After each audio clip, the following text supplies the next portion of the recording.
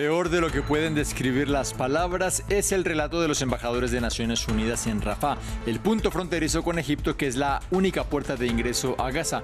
Los muertos en la franja llegan a los 18.205 de acuerdo con las autoridades palestinas. Con la ayuda internacional en la mira, el presidente ucraniano Volodymyr Zelensky llegó a Estados Unidos. El mandatario afirmó que el compromiso de Estados Unidos debe ser honrado en la previa de su encuentro con su homólogo Joe Biden y con líderes del Congreso. También se reunió con la directora gerente del Fondo Monetario Internacional. Un borrador controversial. El presidente de la cumbre climática COP28 publicó un texto de consenso que no habla de renunciar, sino de disminuir las energías fósiles. La cita termina este martes. Momento de actualizar las noticias aquí en la pantalla de France 24. Gracias por estar conectados con nosotros. Yo soy Juan Pupiales. Mortíferos ataques aéreos israelíes golpearon este lunes la asediada Franja de Gaza. En el enclave costero, los fallecidos ascienden a los 18.205 de acuerdo con las autoridades sanitarias del territorio palestino. Además, también se libran combates terrestres entre el ejército israelí y el grupo armado Hamas que obligan a la población civil a huir en desesperadas condiciones humanitarias y sanitarias. Tenemos los detalles. Las explosiones sacudieron Gaza durante todo el lunes. El objetivo del ejército israelí sigue siendo desmantelar las capacidades militares de Hamas, detener el lanzamiento de cohetes como este ataque en el centro de Israel y traer de vuelta a los rehenes retenidos en el enclave palestino.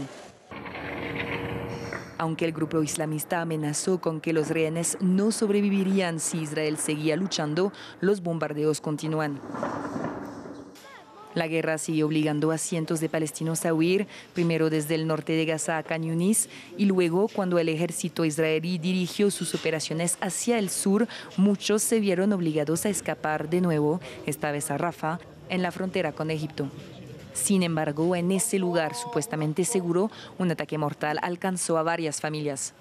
No hay ningún lugar seguro en la Franja de Gaza, ni en casa, ni en las calles, ni en los refugios de las escuelas, ni siquiera en la zona de Muwasi. No es seguro, como dijeron. Según el Ministerio de Sanidad de la Franja de Gaza, los ataques israelíes han matado a más de 18.000 personas hasta ahora, mientras que del lado israelí, el gobierno afirma que más de 100 soldados han muerto en el enclave, además de los 1.200 que murieron durante los ataques del 7 de octubre. De otra parte, un grupo de 12 embajadores de Naciones Unidas visitó el punto fronterizo de Rafah, el único acceso con el que cuenta hoy en día la Franja de Gaza. Los diplomáticos estuvieron en el lado egipcio de esa zona en un viaje organizado por Emiratos Árabes Unidos. José de la Gasca, representante de Ecuador, afirmó que la realidad es mucho peor de lo que las palabras pueden describir. Sus homólogos de China y Rusia también hablaron de la crudeza de la situación en el terreno.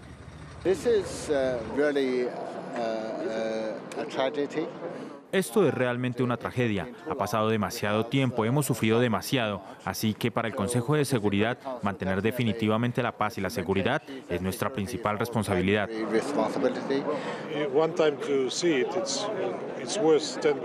Verlo una sola vez es peor que 10 sesiones informativas. Cuando lo ves con tus propios ojos, cuando visitas el hospital. Cuando ves cómo se prohíbe básicamente la entrada de asistencia humanitaria a Gaza, a pesar de la catastrófica situación, la terrible situación del pueblo palestino en la franja.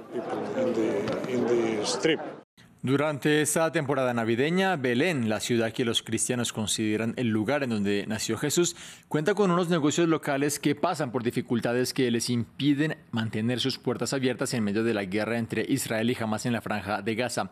La urbe, que es un territorio de la Cisjordania ocupada bajo control de la Autoridad Nacional Palestina, está prácticamente vacía en su época de más apogeo turístico.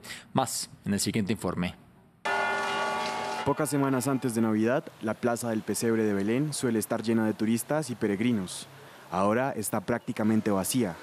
Situada al sur de Jerusalén, la ciudad depende en gran medida de los visitantes de todo el mundo que acuden a ver la iglesia de la Natividad. Pero a medida que la guerra entre Israel y Hamas entra en su tercer mes, muchos negocios luchan por mantener sus puertas abiertas. Our business, it depends Nuestro negocio depende de los peregrinos y turistas. En general, Belén depende de los peregrinos y los turistas. En esta época del año solemos estar llenos de gente. Llenos de peregrinos. Y en esta época del año, por lo general, tenemos muchos festivales. Belén es el mejor lugar del mundo. Belén normalmente espera hasta 150.000 turistas durante el periodo de la Navidad y el 90% de sus ingresos económicos dependen del turismo. Los hoteles suelen estar reservados con meses de antelación, pero ahora están vacíos. Estábamos al completo en octubre, noviembre y diciembre, al 120% de nuestra capacidad. Estuvimos buscando diferentes hoteles para enviar a la gente porque no había sitio. Incluso para Navidad había mucha gente que no tenía lugar para alojarse. Tuve que buscar otros hoteles y estaban completamente reservados. No había sitio en la posada de Belén. La Municipalidad de Belén, dirigida por palestinos, anunció el mes pasado que se retirarán todas las decoraciones festivas, en solidaridad con el pueblo de Gaza. En otras noticias, el presidente ucraniano Volodymyr Zelensky continúa su gira por el continente americano. Este lunes llegó a Estados Unidos. Zelensky se reunió con Kristalina Georgieva, directora gerente del Fondo Monetario Internacional, organismo que urgió a Ucrania a adoptar una reestructuración comercial de su deuda en 2024. Además, el jefe del gobierno ucraniano participó en un evento con el secretario de Defensa de Estados Unidos, Lloyd Austin, y habló acerca de la importancia de los compromisos de Estados Unidos con Kiev, justo un día antes de que Zelensky se reúna con congresistas del país en medio de todo un debate sobre la ayuda internacional de Washington para esta nación. Cuando el mundo libre duda, es cuando las dictaduras celebran y sus ambiciones más peligrosas cuentan. Cada uno de ustedes aquí entiende lo que significa para un soldado esperar municiones. Esperar durante semanas y meses sin saber si llegará algún apoyo. Señor presidente, la lucha de Ucrania por la libertad es una de las grandes causas de nuestro tiempo. Y Estados Unidos se enorgullece de apoyarlo. Y no se equivoque, el compromiso de Estados Unidos de apoyar a Ucrania contra la agresión rusa es inquebrantable. Críticas y desacuerdos en la recta final de la cumbre climática COP28 en Dubái sobre el uso y el consumo de combustibles fósiles. Este lunes, en la previa de la clausura, se conoció un nuevo borrador que sustituye la palabra eliminar y la reemplaza por reducir el petróleo, el gas y carbón. Veamos el informe. Reducir el consumo de los combustibles fósiles. Ese sería uno de los acuerdos de la COP28 que finaliza este martes, que buscará reducir las emisiones netas a cero para 2025. El texto no se ha oficializado y está en borradores, pero enciende las alarmas, puesto que ya no se pretende la eliminación de los combustibles fósiles. Hemos progresado, pero aún queda mucho por hacer. Ustedes saben lo que queda por acordar y saben que quiero que se cumpla con la mayor ambición en todos los temas, incluso sobre los combustibles fósiles. La protesta de una activista en el escenario refleja el descontento de las organizaciones climáticas que habían solicitado la eliminación gradual de los combustibles fósiles. Delegados de pequeños estados insulares y desde la Unión Europea también se oponen. No firmaremos nuestros certificados de defunción. No podemos firmar un texto que no contenga compromisos sólidos sobre la eliminación gradual de los combustibles fósiles. Sentimos que nuestras voces no están siendo escuchadas.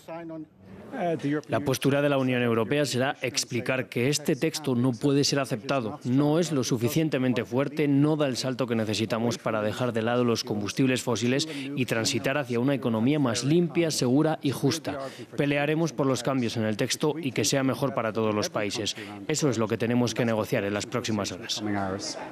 Desde la ONU se pronunciaron en la necesidad de lograr acuerdos para eliminar los combustibles fósiles, aunque afirman que este puede realizarse de manera gradual en función de cada país. La próxima edición de la cumbre, la COP29, será en Azerbaiyán.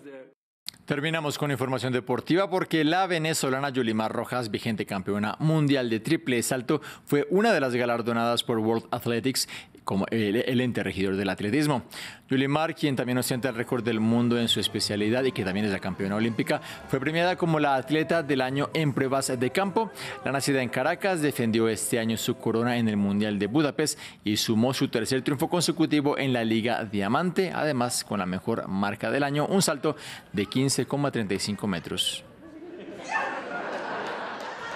Fin del informativo. Ya regresamos con una nueva actualización informativa aquí en la pantalla de France 24.